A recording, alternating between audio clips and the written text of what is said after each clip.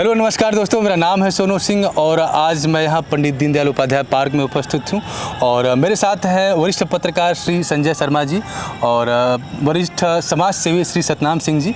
तो आज हम लोग चर्चा करेंगे स्वतंत्रता संग्राम के ऊपर कि क्या कुछ हमने सेक्रीफाइस किया, क्योंकि एक हम चीज़ देखते हैं कि आज के युवा को जो फ्रीडम मिला है कहीं ना कहीं उस फ्रीडम के महत्व को समझ नहीं पाते हैं। तो उस पुराने टाइम में या फ्लैशबैक में जाके हमें जानने की कोशिश करेंगे कि कितना कुछ संघर्ष हमें करना पड़ा इस आज़ादी तक पहुंचने के लिए। तो इस चीज़ की जानकारी लेने के लिए सबसे पहला जो मेरा प्रश्न होगा वो संजय शर्मा जी से होगा कि अगर कुछ आप 1945 से 1947 के बीच में जो एक कह सकते हैं स्वतंत्रता संग्राम या एक पावर ऑफ ट्रांसफ़र हुआ, उसके बारे में अगर कुछ आप प्रकाश डालना चाहें।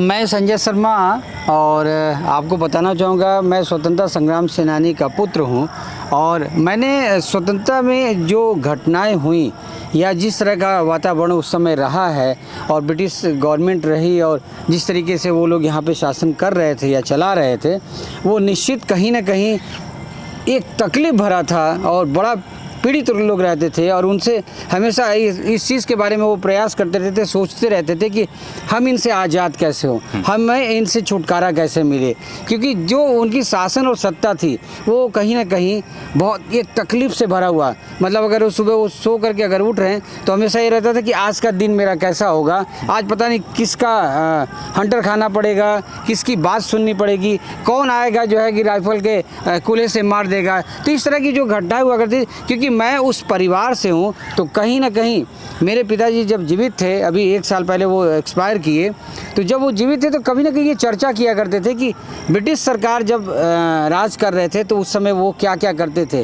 कई यातनाएं थी जिसके बारे में उन्होंने जिक्र किया था और हमें बताया था और मैं उनके साथ अपने समाज में कई जगहों पे गया हूँ और स्वतंत्रता संग्राम सेनानियों से मैं मिला हूँ, उनसे चर्चा किया है, उनसे बात किया है। लेकिन जो वक्त बीता है वो निश्चित उनके समर्पण का है, उन्होंने अपना बलिदान दिया है और अपने आप को पूरी तरह से देश के नाम समर्पित कर दिया कि हमारा देश पूरी तरह से आज़ाद हो, हमारे जो आने वाला जो भविष्य है वो पूरी तरह से हमारा सुरक्षित हो, वो खुली हवा में सांस ले और अपने मन माफिक अपना जीवन जी सके, ये सोच करके उन्होंने, और साथ ही जो यातनाएं थी वो बड़ा तकलीफ़ भरा होता था, उससे बचने के लिए, उससे बाहर निकलने के लिए, अपने समाज को उससे बाहर निकलने के लिए तमाम तरह के प्रयास उन्होंने किया।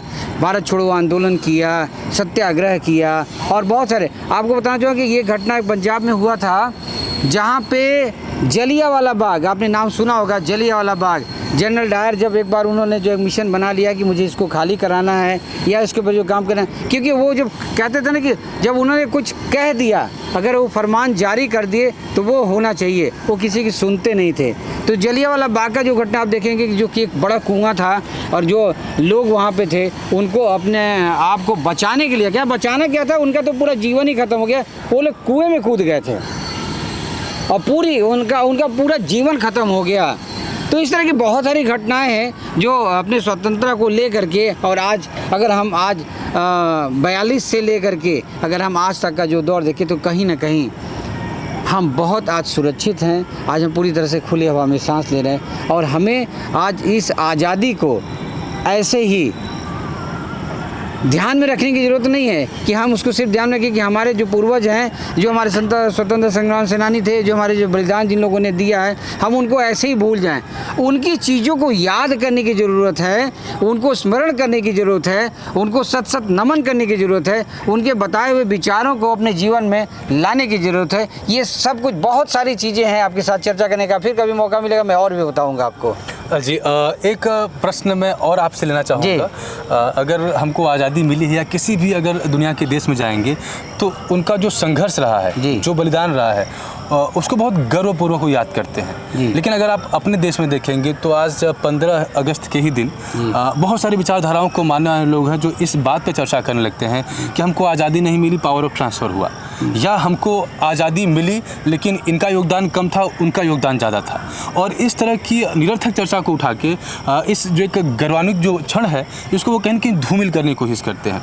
तो इसके ऊपर आप क्या कहना चाहेंगे? नहीं, देखिए, जो कहते हैं कि एक पावर दिया गया है, एक पावर ट्रांसफ़र किया गया है, जहाँ तक मैंने सुना है, मेरे पास प्रमाण नहीं है, लेकिन मैंने सुना है कि कुछ शर्तें रही जी। जिसके तहत इस तरह की सब कार्रवाई हुई है। लेकिन मेरे पास कोई प्रमाण नहीं, मैं फिर आपसे बोला कि मेरे पास कोई प्रमाण नहीं है।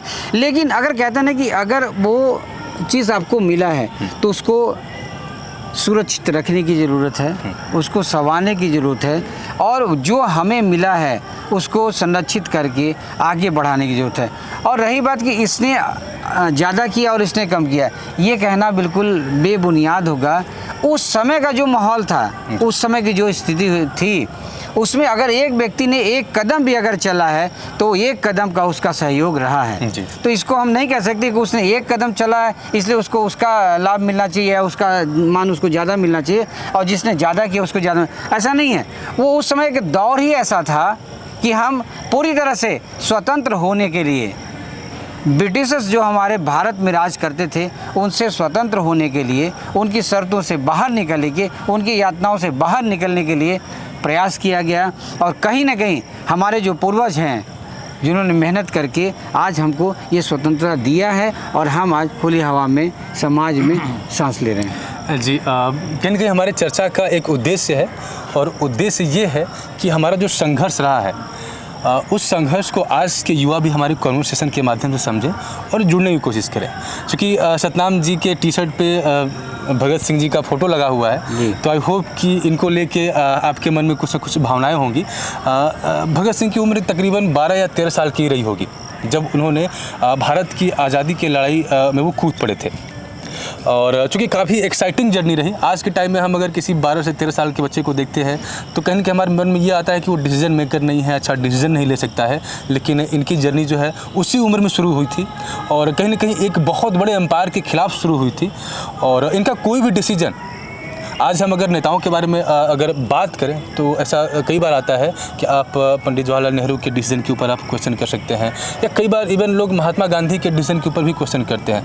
पर इस उम्र में अपनी जर्नी को शुरू करने के बाद जहाँ तक भी ये पहुँचे, कोई भी ऐसा व्यक्ति नहीं है जो इनके डिसीजन पर क्वेश्चन कर पाए। तो मैं चाहता हूं कि आप इनके जीवन पर थोड़ा प्रकाश डालें और इनके जीवन के माध्यम से हमारे युवाओं को कुछ संदेश अगर आप दे सकें तो आपसे दो सर। सतनाम सिंह मेरा नाम है, सोशल एक्टिविस्ट हूँ नगर मुगलसराय का। सोनू जी का क्वेश्चन बहुत ही अच्छा था।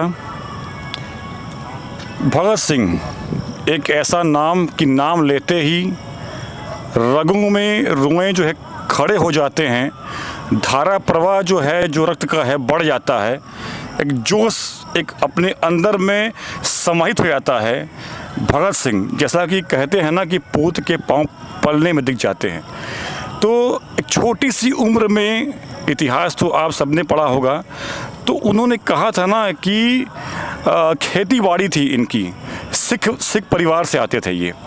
उन्होंने कहा था कि बंदूक बोने के लिए कि मैं एक बंदूक बोऊंगा तो हजारों बंदूकें निकलेंगी जिससे कि आज़ादी की लड़ाई लड़ी जाएगी। आज़ादी की लड़ाई शांतिपूर्वक भी हुई, अहिंसा हिंसा दोनों से हुई।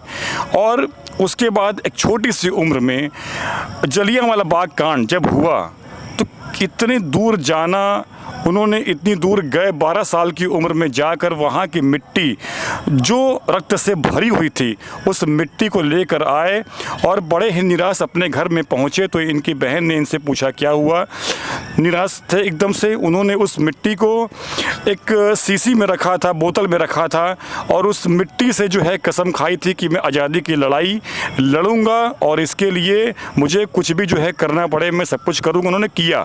23 साल की उम्र में वो हंसते हंसते फांसी पर चढ़ गए। अगर मैं भगत सिंह जी का एक हिस्सा, 100वां 1000वां हिस्से का एक अंश भी अगर मेरे में आ पाए तो मैं देश की सेवा करने में इच्छुक हूं और जो है प्रयासरत हूं। और जहां तक ये नाम है भगत सिंह जी का, कहते हैं ना कि लोग ऐसा चाहते हैं कि पड़ोसी के यहाँ भगत सिंह पैदा हों, मेरे यहाँ ना हो, तो ऐसा नहीं है। अगर मेरी बात की जाए तो मैं खुद चाहता हूँ कि अगर मुझे ऐसा अवसर मिले देश की सेवा करने का, देश के लिए शहीद होने का, तो मैं सबसे आगे आपको मिलूँगा। उसके बाद बात आती है कि वो दौर और बाकी आज का दौर। आज का दौर 2023, आज़ादी उस समय नहीं मिली थी। आज़ादी के लिए हर दिन जो था वो अत्याचार का दिन था। अंग्रेज़ों के शासनकाल में अत्याचार भरे दिन थे। जैसा कि मेरे भाई ने कहा, संजय भैया ने, कि हर दिन संघर्षशील दिन था। सुबह जब आदमी उठता था, हमारा भारतवासी, मेरे भाई मेरी बहनें, तो उनको ये नहीं पता था कि उनका जो अगला घंटा आएगा, जो उनका अगला दिन आएगा, वो किस तरह बीतेगा, जुल्म की सीमाएं जो है कहाँ तक जाएगी, किस हद तक जुल्म उनके साथ होगा। इतने अत्याचार हुए और वो जैसा कि इन्होंने कहा कि वो दिन कैसा बीतेगा और जुल्म के खिलाफ लड़ाई कैसी होगी, हमारे देश को आज़ादी जो है किस तरह मिलेगी, यही पूरे देश में अलग अलग हिस्सों में, गाँव में, शहरों में यही मंथन होता था। और एक गुट बना के अलग अलग सभी लोग चाहते थे, कोई धर्म का भेदभाव नहीं, चाहे हिंदू हो, चाहे मुस्लिम, सिख, ईसाई, सबका एक ही मिशन था, आज़ादी। तो वो आज़ादी शहीदों के रक्त से जो हम लोगों को मिली, शहादत से मिली, शहादत को छोटा बड़ा करके हम लोग नहीं देख सकते हैं, देखना भी नहीं चाहिए। जैसा कि भाई ने कहा कि एक कदम भी अगर वो चला हो तो वो चला है। शहादत में कोई भेदभाव किसी भी रूप में नहीं होना चाहिए। शहादत पूजनीय है, थी और रहेगी। उनको आदर्श मान के आज के दौर के जो नौजवान पीढ़ी है, मेरे देश में नौजवान ज़्यादा हैं, परसेंटेज में हैं, 60% से अधिक हैं।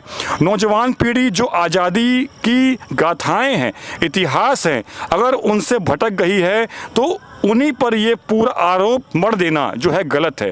कहते हैं ना कि जब बच्चा पैदा होता है तो उसको उंगली पकड़ाने वाले उसके माता पिता होते हैं, उसको संस्कार जो है घर से मिलता है। तो ये संस्कारों में मैं ये नहीं कहता हूँ कि मेरा आरोप नहीं है किसी पर कि संस्कार नहीं मिल रहे हैं, लेकिन कहीं ना कहीं से कमी आई है। मॉडर्न जो ज़माना होता जा रहा है, जो हम लोग होते जा रहे हैं या दिखावा करते हैं मॉडर्न होने का, कहीं ना कहीं उससे हम लोगों को बचना पड़ेगा।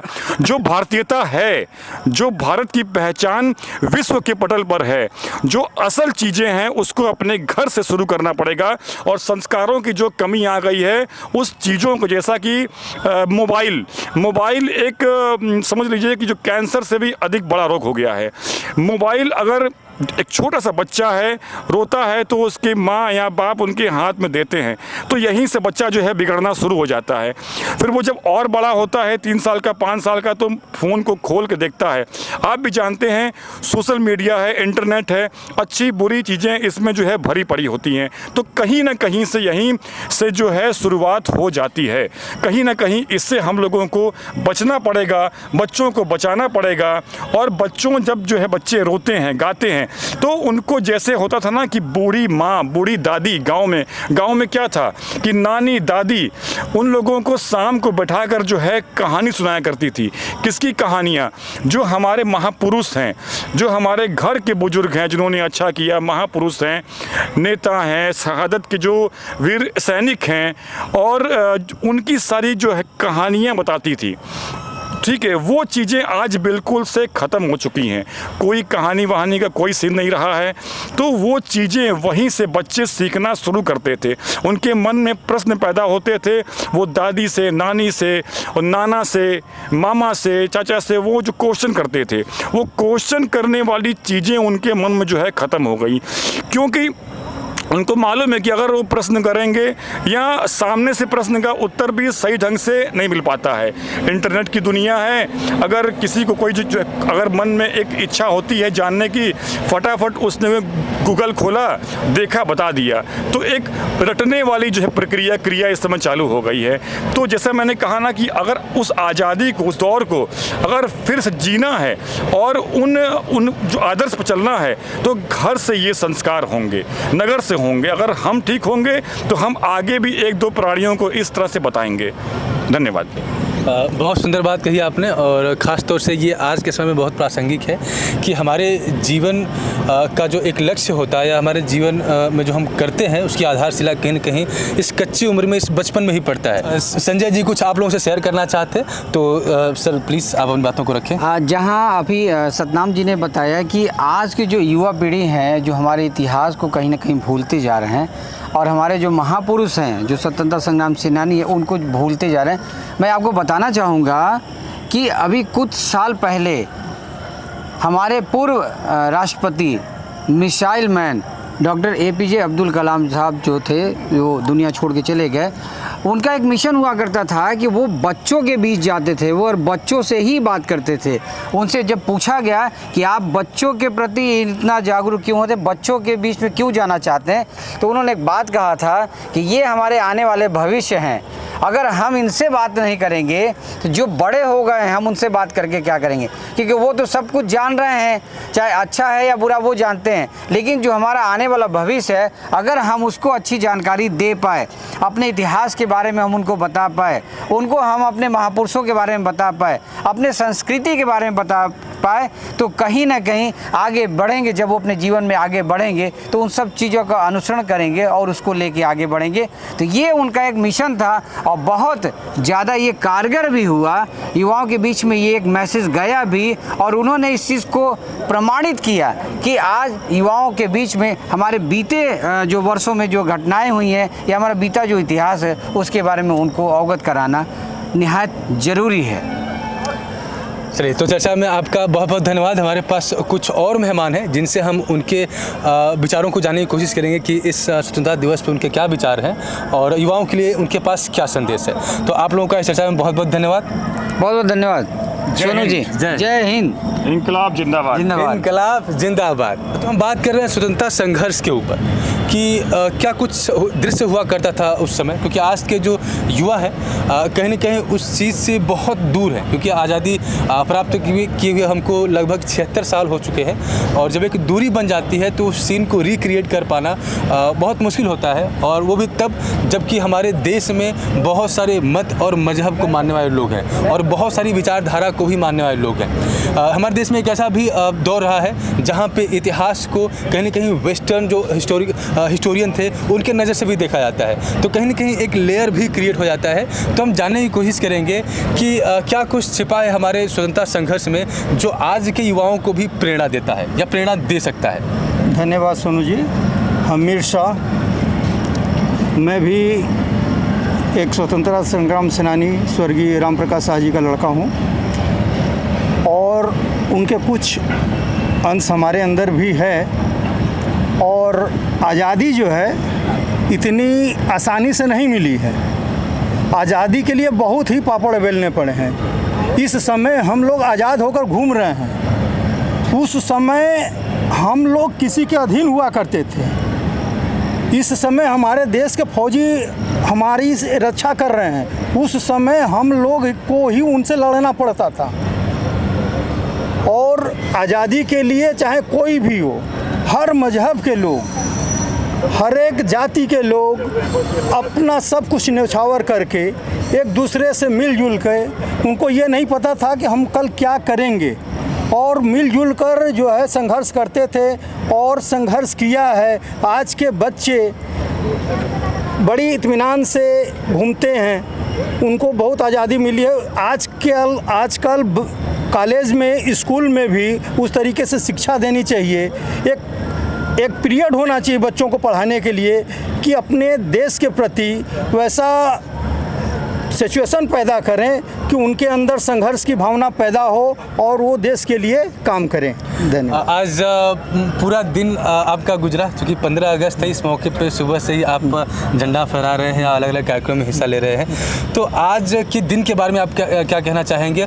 कितना कुछ एक्साइटिंग रहा और कितना अच्छा है आपका अनुभव है आज? देखिए, आज 77वां स्वतंत्रता दिवस हम लोग मना रहे हैं, और इस समय तो हम लोग खुली हवा में घूम रहे हैं, और खुशी है कि हम लोग सब मिलजुल कर एक जगह मना रहे हैं। और पहले ऐसा नहीं था, पहले तो हम लोग लड़ाई लड़ते थे, अब जो है इत्मीनान से सबको मिलजुल कर मना रहे हैं। अब फिर से हम वापस जाएंगे फ्लैशबैक में और ढूंढने की कोशिश करेंगे कि ऐसी कौन सी चीज़ है जो आज भी हमारे सोसाइटी को रास्ता दिखाने का काम करती है, और शायद अगर हम उसको अपने जीवन में अंगीकार करें, अपने जीवन का हिस्सा बनाएं, तो हमारे रहने के तौर तरीके में या हमारे समाज में एक सामंजस्य क्रिएट करने में वो हमारी मदद कर सकता है। आज़ादी के सापेक्ष में जब हम लोग देखते हैं तो निश्चित है कि कोई डरावना सपना से जब नींद खुलती है और उसके बाद हमको पता चलता है कि हम जिस यथार्थ में हैं वहाँ वो डर कायम नहीं है। तो कल की आज़ादी और आज की आज़ादी में यही फ़र्क है। वो एक डरावना सपना था और आज जो है उस सपने से बाहर निकल के हम लोग जी रहे हैं। तो मुझे लगता है कि ये बहुत मौलिक अंतर। तो वो एक दौर था जब अभी भगत सिंह जी के बारे में बात हो रही थी कि उनकी उम्र तकरीबन 12 से 13 साल की रही होगी जब उन्होंने देश के लिए अपने आप को समर्पित कर दिया। तो तब के युवा थे जो अपनी लड़ाई को पहचानते थे। क्या आज के दौर में भी आप कोई लड़ाई देखते हैं और आप मानते हैं कि ठीक उसी तरह से आज के युवा को भी उस लड़ाई को लड़ने के लिए आगे आना चाहिए? आपने कभी, हम उत्तर प्रदेश से आते हैं, आप कभी गाजीपुर की सड़कों पर जाइए जी, और नौजवानों को सुबह में दौड़ते हुए देखिए और उनसे एक छोटा सा प्रश्न पूछिए, क्या करना है? बोला फौज में जाना है। उसमें भी कोई ना कोई भगत सिंह होगा। उसके सामने आज जो अवसर है उसकी तैयारी वैसी है और उस समय की तैयारी वैसी रही होगी। मेरे ख्याल से ये समझते चलेंगे तो आपको ये मन में नहीं कर आएगा कि अब भगत सिंह नहीं है, ज़रूरतें भगत सिंह पैदा कर देती। मैं चाहूँगा कि आप उस दौर के ऊपर कुछ प्रकाश डालें। 1945 1945 से 1947 का दौर, जब कहीं न कहीं भारत अपनी आखिरी लड़ाई लड़ रहा था। क्विट इंडिया मूवमेंट भी इसी दौरान चल रहे थे। तो क्या कुछ चीज़ें हैं जो आप युवाओं को बताना चाहेंगे? देखिए, एक चीज़ बहुत क्लियर कट आप देखिए कि देश जो है, देश जब आज़ादी के नज़दीक पहुंचता है तो वही हाल होता है जैसे हम लक्ष्य के नज़दीक पहुंच रहे हों तो बहुत उद्दलित हो जाता है आदमी कि मतलब अब पहुंचना है और जल्दी पहुंचना है। तो वो जल्दीबाजी में जो गरम दल था वो एक माने फौलादी लड़ाई में उतर गया था और जो नरम दल था वो राजनीति के साथ साथ आने वाला कल सत्ता पर उनका कैसे बरहस्ता प्राप्त होगा, कैसे वो सत्ता पर कायम होंगे, उस सोच से उनके मधुर लड़ाई चल रही थी। ये दोनों के बीच में गरम नरम दल जो पैदा हुआ था, ये दोनों के बीच में एक जो अंतर्द्वंद था, लेकिन उसके साथ दोनों का लक्ष्य एक था, भारत आज़ाद होना चाहिए और ये आज़ादी कायम होनी चाहिए, क्योंकि अब गुलामी के लिए कोई जनता तैयार नहीं थी। एक और बात का मैं जिक्र करना चाहूँगा और उससे आप से क्वेश्चन भी करना चाहूँगा कि जब 1942 से हम शुरू करते हैं और 1947 तक पहुँचते हैं तो ब्रिटिश जो आर्मी थी हमारे यहाँ, उसमें 40,000 ब्रिटिशर्स थे। मैं डेटा की बात कर रहा हूँ। और तकरीबन 25 लाख इंडियन थे। यानी ब्रिटिश आर्मी थी लेकिन उनकी संख्या बहुत कम थी। और यही वो दौर था जब 1945 में ये खबर आती है कि नेताजी सुभाष चंद्र बोस नहीं रहे।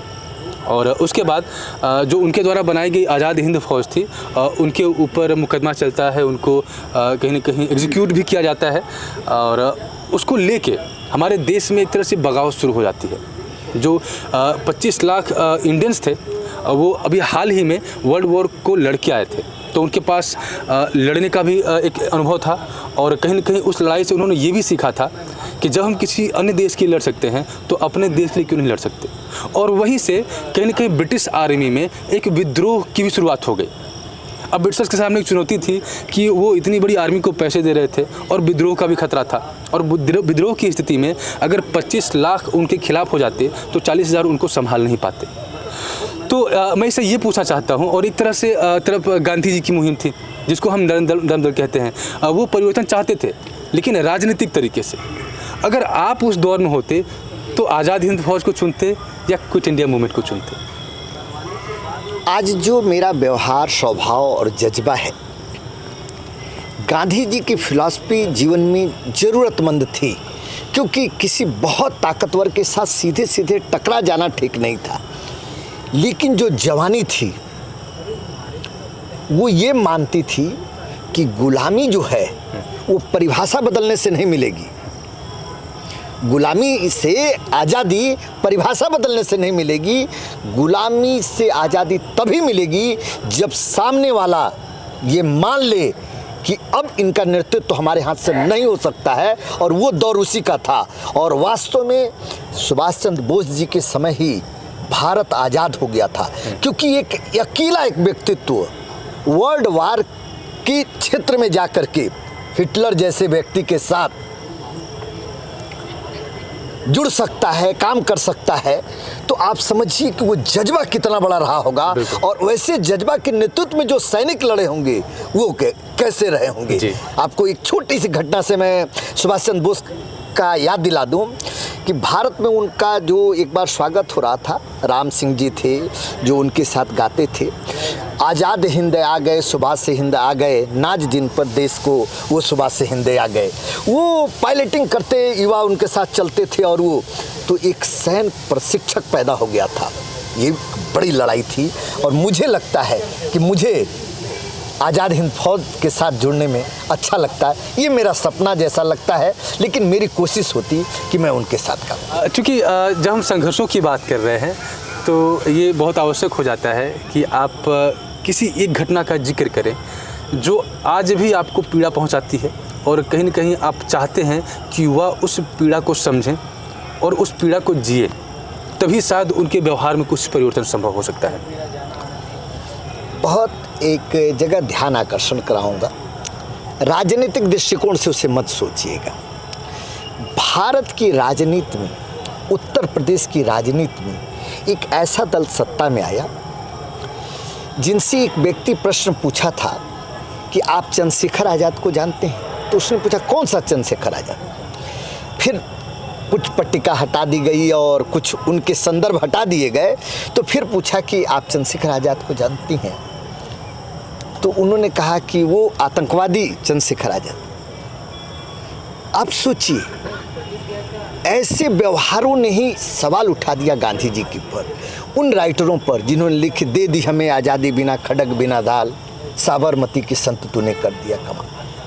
बापू का जो पक्ष था जनप्रियता और आंदोलन को केंद्रीकृत कर देने में बहुत मजबूत था और सुभाष चंद्र बोस क्या सभी क्रांतिकारी उसको मानते थे। लेकिन बापू अपने आप को साबित करने के लिए उनको कई जगह नकार दिए और नकार देने का कारण हुआ कि आज के राजनीतिक घराने में क्रांतिकारियों को वो सम्मान नहीं मिल पाया जो सम्मान मिलना चाहिए था भारत में। लेकिन भारत के नौजवानों के दिल से उनको निकाल कोई नहीं सकता है। यही बहुत बड़ी जीत है और यही है कि न कभी भगत मरेंगी, न बटुकेश्वर दत्त मरेंगी, न आज़ाद मरेंगी, न कोई छोटा से छोटा। दुर्गा भाभी को लोग याद करते हैं, वो टोपी वाला चित्र आपको याद होगा भगत सिंह जी का, उसकी भी इतिहास है। बहुत बड़ी बात हो जाती है, बहुत इतिहास में बहुत चीज़ें छिपी हुई हैं। तो इसलिए ये है कि नौजवानों को जहाँ ज़रूरत थी वहाँ नौजवान अपना काम कर रहे थे और जहाँ उस वर्ग की ज़रूरत थी जो राजनीतिक दखलंदाजी कर दे, दोनों की ज़रूरत थी। इसलिए भारत की आज़ादी में किसी को कम और किसी को ज़्यादा नहीं तौला जा सकता है, लेकिन किसी को अगर नज़रअंदाज किया जाएगा राजनीतिक स्तर पर तो नौजवान आने वाले समय में क्रांति से दूर होगा। और उसी के कारण आज क्या है, नौजवान सेल्फिश हो रहा है, स्वार्थपरक हो रहा है। इससे बचाने के लिए क्रांतिकारियों को बड़ा नाम, बड़ा फेम और बड़ा यश देना पड़ेगा। मेरा ये आग्रह आपसे रहेगा। जी, तो आप मानते हैं कि हमारे देश की सीमाएं बड़ी रह सकती थी? देखिए, वास्तव में बटना कुछ मजबूरियां रही होंगी, वरना ये फासले नहीं होते। फासले हुए, बचाया जा सकता था, लेकिन जब सत्ता आती है या जब वैभव आता है तो विचार को विग्रह कर देता है, खंडित करता है। विग्रह नहीं बोले आप, खंडित कहिए, सीधे सीधे खंडित कर देता है। और विचार को जब खंडित करता है तो मेरी सीमाएं छोटी होती हैं। तो पहले भारत के जनमानस की विचार में सीमाएं छोटी हुई, इसलिए भारत की सीमाएं छोटी हुई। अना भौगोलिक सीमाएं कभी छोटी नहीं होती। अगर अपना वो व्यक्तित्व जिसने एकीकृत करने के लिए अपना पूरा तन मन धन लगा दिया, उनको नेहरू जी राजनीतिक महत्वाकांक्षा में थोड़ा ज़्यादा थे, लेकिन उसके बाद भी उन्होंने देश के लिए जो किया वो उनका कार्य था। और जो उसके पहले पटेल जी ने किया वो उनका कार्य था। तो मेरे ख्याल से आज के नौजवानों में दोनों को पढ़ने की ज़रूरत है और दोनों की जो गलतियां हैं उसको छोड़ करके जो अच्छाइयाँ हैं उसको लेकर चलने की जरूरत है। आज आपने बहुत सारे कार्यक्रमों में हिस्सा लिया, ध्वजारोहण भी किया, तो आज के दिन को लेकर आप कितने उत्साहित हैं और आज के इस मौके पे युवाओं के लिए आपका क्या संदेश है? एक बात सोनू जी कहूँगा, मैं जब जहाँ गया वहाँ तिरंगा टंगा हुआ मिला, लेकिन मेरे मन में एक बात आया, एक जगह जब गए तो वहाँ एक चर्चा उठी, सवाल है नौजवानों को सिर्फ टांग कर तिरंगा फहराने का काम नहीं दिया जाना चाहिए, तिरंगा को कैसे ऊपर ले जाया जा सकता है और कैसे फहराया जा रहा है ये पूरी यात्रा करानी होगी। और मेरे मन में आया कि मुझे अगर कभी अवसर मिला तो मैं कहूँगा कि हर बार में कुछ खास लोगों को कि ये तिरंगा सहज नीचे से ऊपर नहीं गया, किसी के तिरंगे को, किसी के ध्वज को उतारा गया होगा और अपना स्वाभिमान वहाँ पहुँचाया गया होगा। ये उतारना और पहुँचाना, ये आज़ादी का पूरा इतिहास आज अभी हम लोगों ने जिया है आज जी। और इसलिए मैं बार बार कहूँगा कि ये सहज नहीं होता है फहराना। जब आप ये नीचे से ऊपर तक देखेंगे कि कितनी मुश्किल से ये तिरंगा वहाँ तक पहुँचा, जब ये आप समझ जाएंगे तब आपको ये समझ आएगा कि आज़ादी सहजता से नहीं मिली, वास्तव में ये आज़ादी के लिए बहुत संघर्ष करना पड़ा और वो संघर्ष ही आज हम जी रहे हैं, उसी जज्बा को हम सेलिब्रेट कर रहे हैं और इसी कारण संभवतः आज आपके साथ ये संवाद करने का मौका मिला। इस चर्चा में जुड़ने के लिए आप सभी लोगों का बहुत बहुत धन्यवाद और मैं आप सभी दर्शकों का भी बहुत बहुत शुक्रिया अदा करता हूं। आप भी हमारे साथ इस वीडियो में बने रहे। मिलते हैं आपसे अगले एपिसोड में। आज के लिए जय हिंद, जय भारत। जय हिंद, जय भारत।